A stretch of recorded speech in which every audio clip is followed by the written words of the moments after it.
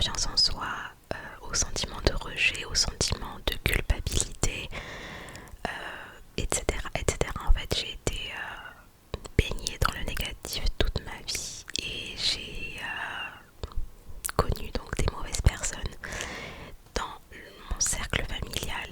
Et voilà, donc franchement, un bon mélange pour ne jamais sortir de ta condition, entre guillemets. Un bon mélange pour juste vivre dans la dépression et vivre malheureux, malheureuse. Voilà, donc en gros, je te dépeins un truc très très sombre, mais en réalité, c'est ça, c'est que on m'a appris à avoir, à ne pas avoir confiance en moi, on m'a appris à avoir honte de moi-même aussi, on m'a appris à me sentir rejetée, etc., etc. Et donc, une fois arrivée adulte, même adolescente, comment te dire, je t'explique même pas mon état, j'étais vraiment très très mal dans ma peau et j'étais pas heureuse en fait, tout simplement. Donc voilà. En même temps, à côté de ça, j'ai un caractère introverti réservé, donc le mélange des deux, d'une éducation très négative, très sombre et en même temps d'un caractère réservé, renfermé, qui n'exprime pas ses émotions et qui se renferme, au bout d'un moment ça fait une bombe en fait, c'est vraiment une bombe à retardement. Moi c'est ce qui m'est arrivé, voilà, donc arrivé à l'âge adulte, mon cerveau il est parti en vrille complet parce que c'était une cocotte minute en fait et que j'étais en train d'exploser littéralement. Donc autant te dire que j'étais très sensible au regard des autres, il fallait que je sois parfaite. Je sais que de la part donc de mon géniteur, de mon père, et ben il fallait être parfait parce que ce n'était jamais assez suffisant. Tu pourrais faire ça, etc., etc. C'est toujours un sentiment de rejet pour ce que tu es parce que tu n'es jamais assez. Et voilà, et donc moi je pense qu'inconsciemment j'étais dans ce truc de j'interprétais le regard des autres comme un regard tout aussi exigeant que celui de mes parents. En fait, voilà, je faisais peut-être j'ai toujours connu que ça comme regard, donc pour moi le regard des autres c'était aussi un regard exigeant. Et donc si tu veux, j'ai été toujours dans cet esprit de je ne suis jamais assez, c'est jamais assez bien, etc., etc. Ce que tu fais ce n'est jamais assez bien. Et puis j'ai été aussi baignée dans la critique, donc beaucoup de critiques, j'entendais beaucoup de critiques sur les autres, etc., etc. Donc vraiment beaucoup de négatifs et j'ai grandi là-dedans, en fait j'ai vraiment grandi là-dedans. Sauf que on ne m'a pas appris à me dire qu'il y aura forcément des gens qui vont aimer ce que tu fais dans la vie. Il y aura toujours des gens qui n'aimeront pas, il y aura toujours des gens qui vont critiquer et ça je t'en parlerai après. Il y a toujours des gens qui vont juger ce que tu fais, toujours. Que ce soit bon ou mauvais selon eux, sache qu'il y a des personnes qui critiqueront toujours, ce sont des personnes qui sont comme ça, voilà. Donc j'ai pas du tout été éduquée dans cette prise de conscience que Sandy, tu peux faire ce que tu veux, il y aura toujours des gens qui n'aimeront pas, mais le plus important c'est que toi tu fasses des choses qui te plaisent, parce que sache qu'il y aura toujours des gens qui aimeront ce que tu fais et vous allez pouvoir partager ensemble les mêmes goûts, en fait, les mêmes choses, et c'est ça qui est bien. Le reste, en fait, c'est pas grave. Donc non, j'ai pas eu cette éducation là. Et c'est vrai que ce que je trouve très intéressant d'ailleurs, c'est de se dire que finalement, heureusement, qu'on est tous, comment dire, que les personnes, par exemple là on va parler de l'ASMR, il y a beaucoup de gens qui adorent l'ASMR et puis il y a beaucoup de gens qui n'aiment pas, et puis il y a des personnes qui vont se permettre de critiquer, de juger, etc., etc., des choses qu'ils ne peuvent pas comprendre. Donc en termes de, en soi c'est une perte de temps que de critiquer quelque chose qu'on ne comprend pas. Et ce qui est génial, c'est de se dire que heureusement qu'il y a des personnes, pour l'exemple de l'ASMR, qui se lancent, en fait, même s'il y a des gens qui n'aiment pas, parce que on se rend compte qu'on se rejoint avec d'autres personnes, on voit finalement qu'on peut former un groupe, qu'on peut former une communauté avec l'ASMR, et on partage les mêmes goûts et on aime à peu près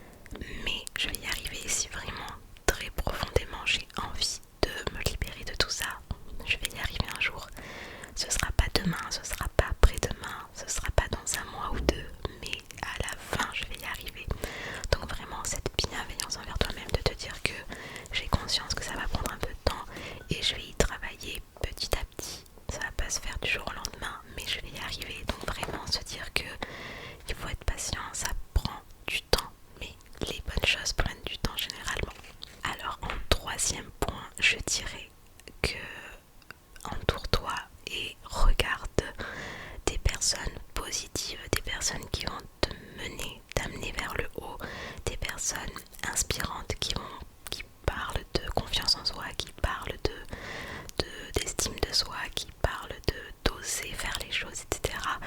Et voilà, et d'écouter, et c'est vrai que j'ai l'impression qu'inconsciemment le cerveau, à force d'avoir ces informations là, et ben il va commencer à voir les choses un petit peu d'une manière différente. Voilà, vraiment inspire-toi de personnes qui te donnent des conseils, qui aident en fait dans ce chemin là, et ça va te permettre de te rendre compte que ben oui en fait on peut oser et tout va bien. Et donc voilà, il y a certaines personnes qui font des choses aussi, si tu regardes un petit peu autour de toi, il y a des choses que certaines personnes font. Et est-ce que ça t'est déjà arrivé de te dire punaise, moi j'oserais pas faire ça, j'aimerais mais j'oserais pas. Et bah si elle s'ose le faire, pourquoi pas toi? Pourquoi toi tu ne pourrais pas le faire? Parce qu'il y a quelque chose aussi, c'est que les autres ne sont pas meilleurs que toi. Les autres ne sont pas meilleurs que toi, pas du tout. Pas du tout. Voilà, on a tous une façon différente de penser, de faire, etc. Mais c'est propre à chacun. Il n'y a personne qui est meilleur que toi en fait, vraiment. Donc si ces personnes-là, elles osent faire des choses que toi tu n'oserais pas faire, parce que par peur de la critique, par peur d'être jugé, par peur d'être plein de choses en fait, et bah si elles le font, regarde, elles sont pas mortes, elles sont là et elles le font. Et il y a des gens qui les suivent pour ça, il y a des gens qui aiment ce qu'ils ou elles font, il y a des gens qui les encouragent, il y a des gens qui les aiment pour ça, qui les adorent pour ça. Et pourquoi pas toi en fait? Pourquoi pas toi? Toi aussi, ce serait pareil en fait.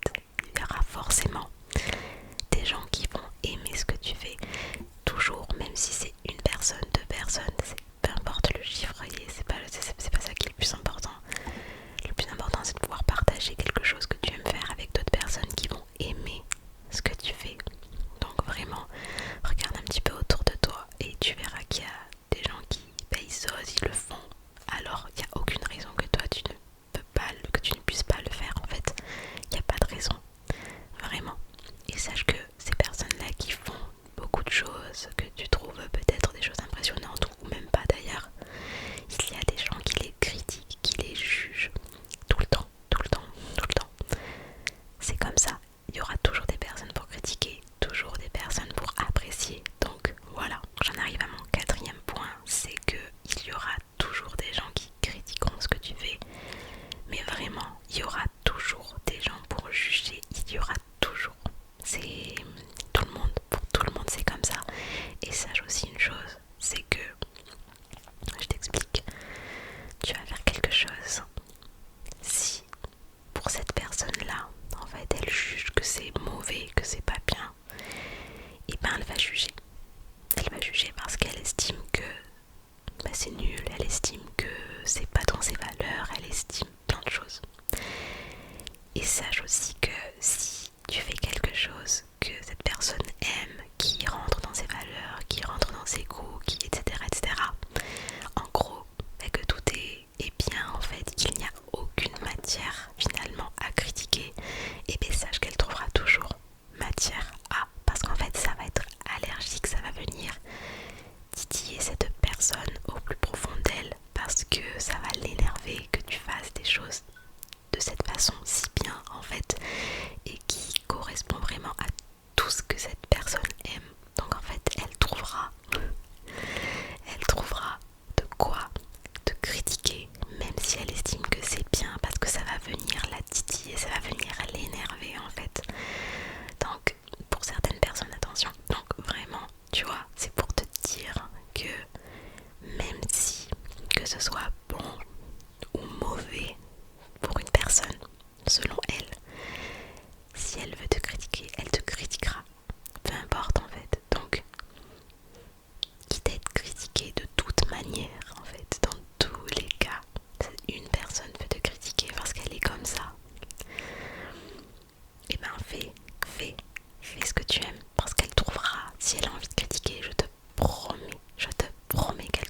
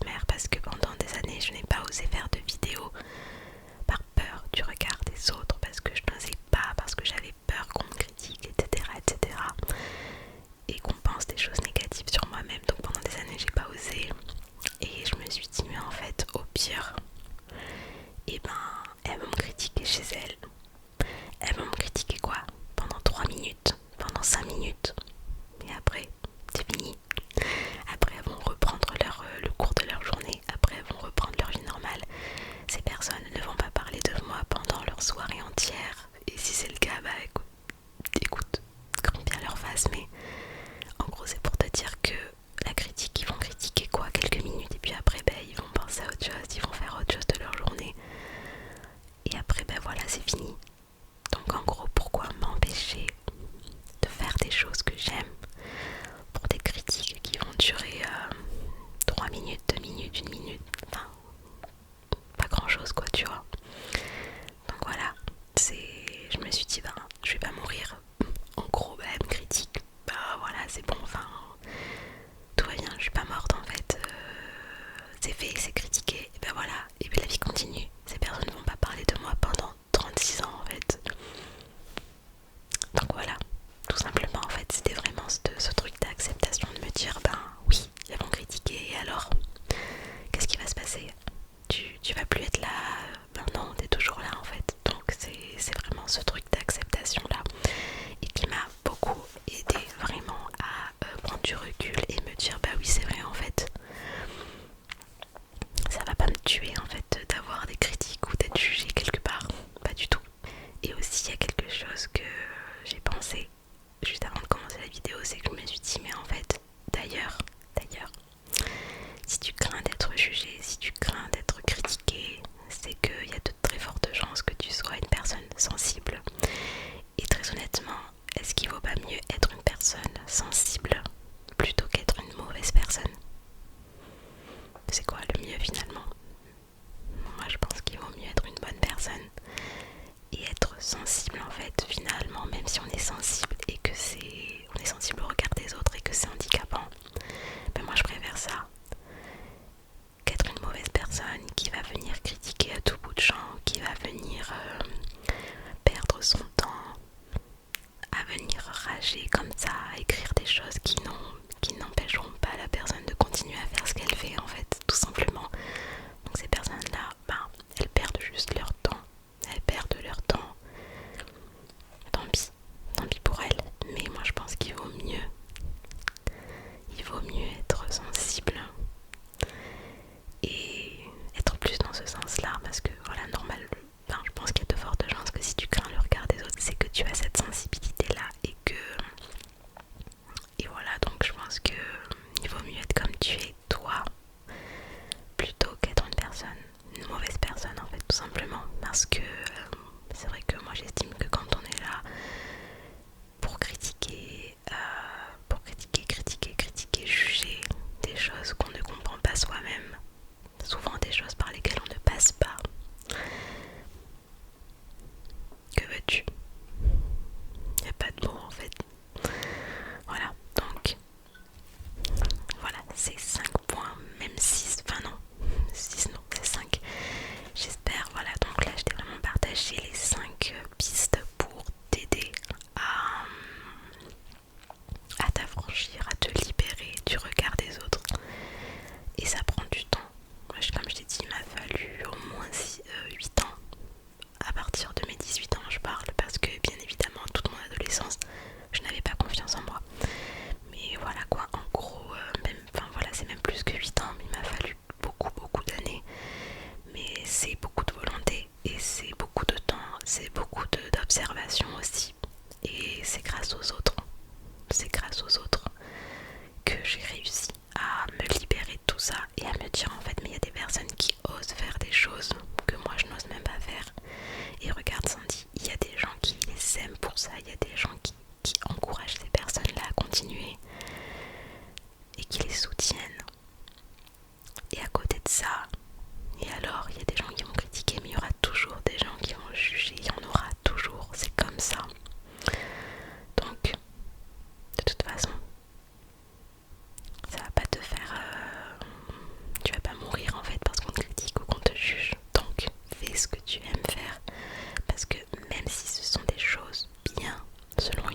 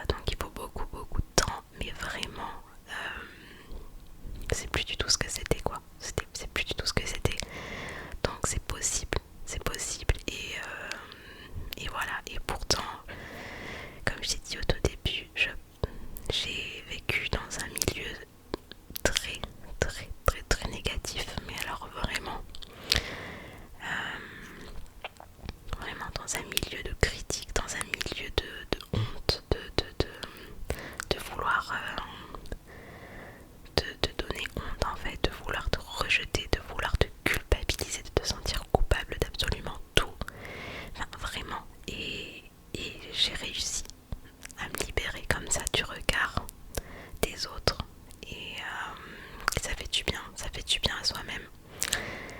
Bien évidemment, parce qu'on ose faire des choses qu'on n'osait pas faire avant et on se sent plus libre. Et ça aide beaucoup aussi, je trouve, dans l'estime que l'on a de soi-même. Parce que quand tu oses faire des choses, tu vois que y a des gens qui aiment ce que tu fais. Et moi là, je prends l'exemple de YouTube. Vraiment, en commentaire, vous m'apportez énormément de soutien. Vous aimez ce que je fais et vous m'apportez toujours beaucoup de soutien. Et ça fait... Comment vous dire, ça fait un bien énorme en fait. Et se dire que voilà, on fait pas ça pour rien, on fait pas ça pour rien, je fais pas ça pour rien. Il y a des personnes qui aiment ça et ça vous fait du bien